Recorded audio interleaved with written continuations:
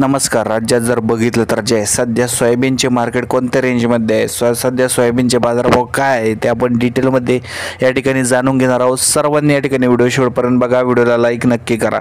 राज्यात जर बघितलं तर जे आहे सोयाबीनचे बाजारभाव म्हणावं तसे सुधारलेले नाही. मागच्या बऱ्याच दिवसापासून जे सोयाबीन संदर्भात कोणताही निर्णय राज्य सरकारने घेतलेला नाही. त्याचप्रमाणे काल अजितदादा पवार यांनी अर्थसंकल्पामध्ये, महाराष्ट्र राज्याच्या अर्थसंकल्पामध्ये सोयाबीन बाजारभाव संदर्भातील कुठलीही चर्चा या ठिकाणी केलेली नाही. त्याचप्रमाणे कापूस बाजारभाव, त्याचप्रमाणे कोणत्याही बाजारभाव संदर्भात चर्चा या ठिकाणी केलेली नाही. सोयाबीनचे बाजारभाव जर या ठिकाणी तुम्ही बघितले तर जे बाजारभाव म्हणावं तसे सुधारलेले नाही.